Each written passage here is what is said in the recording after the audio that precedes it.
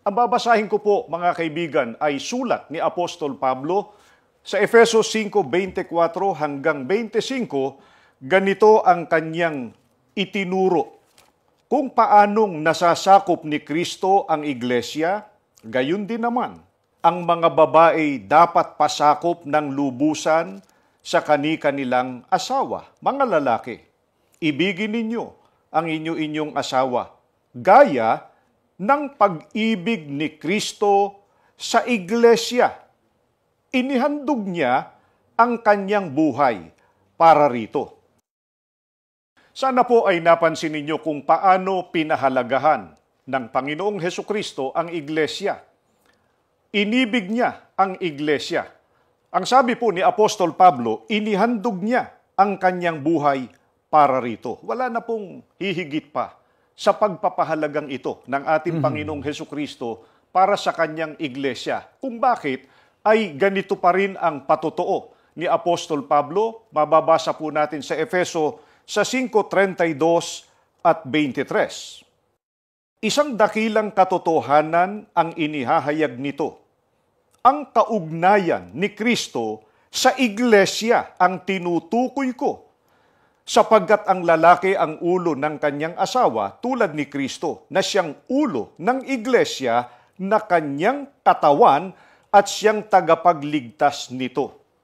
Napansin sana ninyo, mga kaibigan, ang ating binasa, ang may kaugnayan o ang may relasyon sa ating Panginoong Hesukristo ay ang iglesia. At batay sa talatang binasa po natin, kapatid na John, ano ang relasyon o kaugnayan ng ating Panginoong Hesukristo doon sa iglesia? Ang ating Panginoong Hesukristo po ang siyang ulo o pangulo ng kanyang iglesia. Kaya, batay sa talata, ano ang dakilang kapalaran ng mga taong kaanib doon sa iglesia na katawan ng ating Panginoong Hesukristo? Sila po ang ililigtas ng ating Panginoong Hesukristo. Gaya po ng binasa natin kanina, ang sabi, siyang tagapagligtas nito ang iglesia, ang tinutukoy. Kaya napakahalaga po ng iglesia na inibig ng ating Panginoong Hesukristo. Ito po ang iglesia ni Kristo. Napakahalaga na ito ay makilala at dito umanib ang mga tao upang magtamo ng kaligtasan sa araw ng paghuhukom.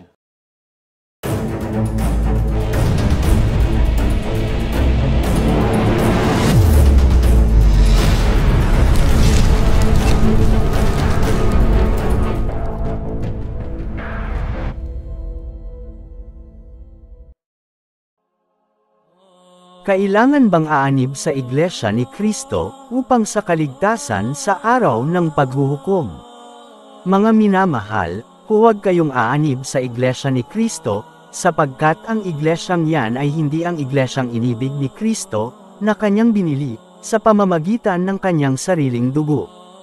Mga lalaki, ibigin ninyo ang inyong asawa, gaya naman ni Kristo na umibig sa iglesia, at ibinigay ang kanyang sarili dahil sa kanya. Nagpapakilala na ang iglesia ay isang babae, at ito ang babaeng nanganak ng sanggol na lalaki, na inusig ng dragon nang siya'y inihagis sa lupa. At nagalit ang dragon sa babae, at umalis upang bumaka sa nalabi sa kanyang binhi, na siyang nagsisitupad ng mga utos ng Diyos, at mga may patotoo ni Jesus. Ito ang unang panahong inusig ang iglesia, sa kamay ni Pablo, nang siya'y hindi pa naging apostol ni Hesukristo. Ang iglesyang inusig, ito ang iglesia ng Diyos, na pinatotohanan ni Apostol Pablo, na kanyang sinabi, "Ako nga ang pinakamaliit sa mga apostol, at hindi ako karapat-dapat na tawaging apostol, sapagkat pinag-usig ko ang iglesia ng Diyos." Sapagkat inyong nabalitaan ang aking pamumuhay ng nakaraang panahon, sa relihiyon ng mga Hudyo, kung paanong aking inuusig na malabis, at nilipol ang iglesia ng Diyos, sa dahilan, na siyang nagsisitupad ng mga utos ng Diyos, at mga may patutoo ni Jesus, kaya mga minamahal, sa iglesia ng Diyos kayo pasakop, huwag sa iglesia ni Kristo, sapagkat sila'y hindi nagsisitupad sa mga utos ng Diyos, na pinatotohanan ni Jesus. Ang iglesia ni Kristo ay karumal-dumal na bahagi, sila'y nagsisikain ng laman ng baboy, At marami pang mga katulad nito, at sila'y mga suwail sa kautusan ng Diyos, sa hindi pagsunod sa kautusang ito. Alalahanin mo ang araw ng Sabath upang ipangilin. 6 na araw na gagawa ka, at iyong gagawin ang lahat ng iyong gawain. Ngunit ang 7 araw ay Sabath sa Panginoon mong Diyos, sa araw na iyan ay huwag kang gagawa ng anumang gawa. Ikaw, ni ang iyong anak na lalaki, ni babae, ni ang iyong aliping lalaki, ni babae, ni ang iyong baka, ni ang iyong taga-ibang lupa na nasa loob ng iyong mga pintuang daan. Sapagkat sa 6 na araw ay ginawa ng Panginoon ang langit at lupa, ang dagat, at lahat ng nangaroon, at nagpahinga sa 7 araw, na ano pat pinagpala ng Panginoon ang araw ng Sabath, at pinakabanal. Kaya wala sa Iglesia ni Kristo ang tunay na kaligtasan, sapagkat sila'y mga suwail sa ibang mga kautusan ng Diyos, at hindi rin nila kinilala ang Kristo bilang isang Panginoon, kaya ang sinumang hindi nangingilan ng Sabath, ay hindi kumikilala sa Kristo na siyang Panginoon, at ginawa ang Sabath ng dahil sa tao.